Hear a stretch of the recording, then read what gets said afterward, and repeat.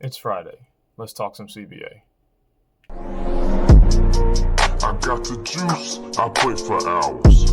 Coldest thing running, unlimited power. Doing my thing.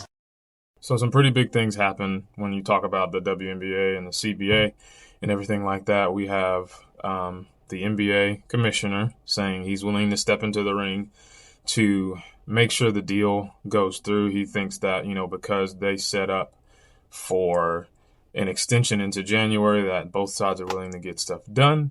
And even Breanna Stewart has spoken out and said, I'll read it from The Athletic here. And it's like, she said, what we're doing right now really isn't getting us anywhere. So if that means that Adam and Mark need to come to the table, we're more than happy to have that.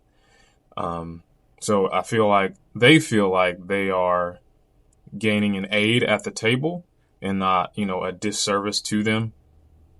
Because it's one of those things that is a growing concern that, with two expansion teams coming to, and then obviously just more and more prospects and things like that, and the popularity in which you just grew in the last few years or so, all going to waste because we're going to get stuck over things. And from what I've seen and what I've read, it seems like the WNBA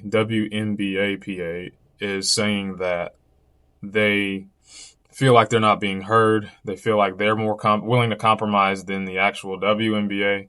And then, on one hand, you want to say maybe these guys are just saying more than what's actually happening, over and exaggerated. But then, the WNBA comes out and gives a quote, and it's just like, no, absolutely they're not compromising, because they talk in circles and they say things that don't make sense. They bring up ideas and such that they say it's going to help everybody. And everybody's just like, no, it's not. And I've talked about that in past videos as well. So it seems like there's a disconnect more so on say what you want about the players. There's a big disconnect on the league office side. And I don't see how other people, powers that be, don't see that. And maybe they're all in cahoots together. I don't know.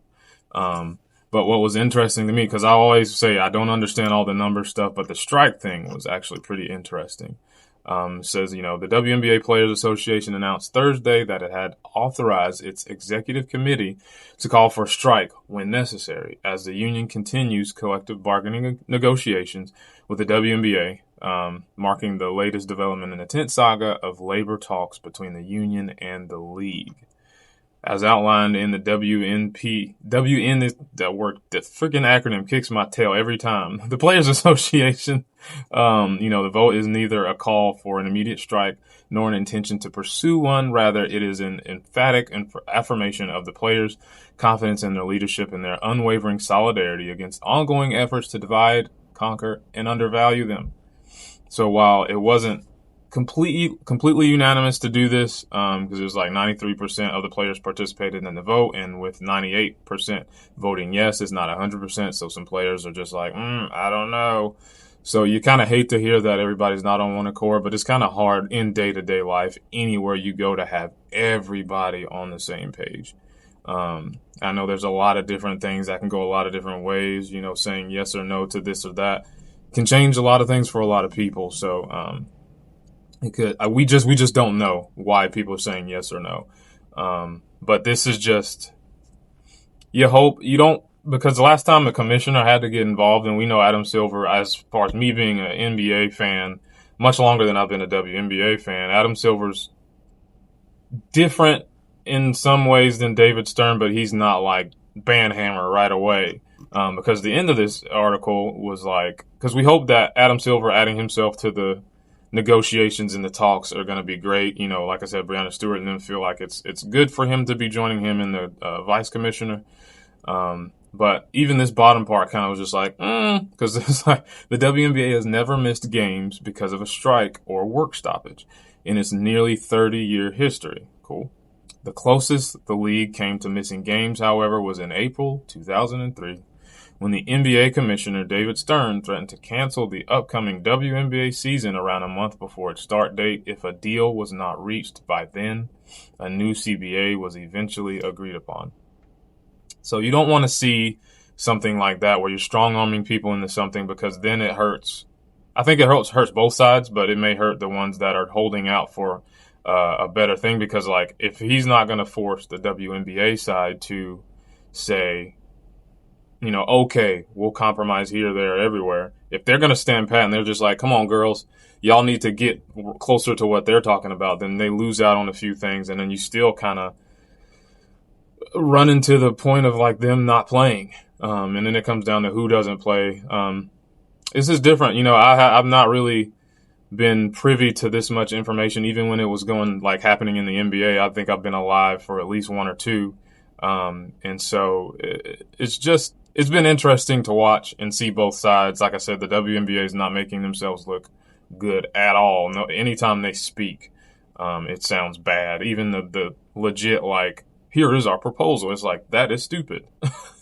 So yeah, I hope they can get something together. I'm itching to see an expansion draft, like I've been saying on TikTok and even on here. You know, recently I'm itching to see where new free agents sign, because dang near the whole league outside of the last 3 draft classes are not under contract. And while most people believe that they'll all sign to their original teams and whatever, new money, new team structures, we don't know where people are going to go. People could then decide, I want to go over there because they're going to offer me more. It just, depending on the CBA that's reached, you know, it could cause a huge shift that I already think was going to come anyways, even if it was boom, boom, quick and we did it. But now that we're pushing for more and things like that, and if it comes to being able to be agreed upon, we could see so much more movement. And I'm excited for that. I don't think big names will move, but yeah, we got to figure this out.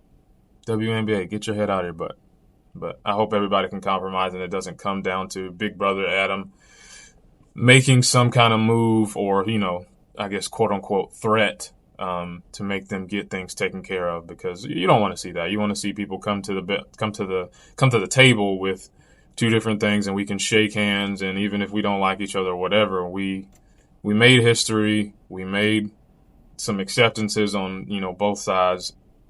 Shook hands, just move on, be done, so that we can get back to enjoying and speculating like we have been, and get ready for March Madness and the draft and the potential training camp and a draft combine, you know, or not potential training camp, but like earlier, even though I think the earlier training camp is stupid, but, you know, more games because you have more teams, and eventually adding other teams because other teams are on the docket. Like, we got too much in the pipe to be hung up on this stuff. We got to get it together. So here's to hoping that happens very soon. Till next time. See y'all.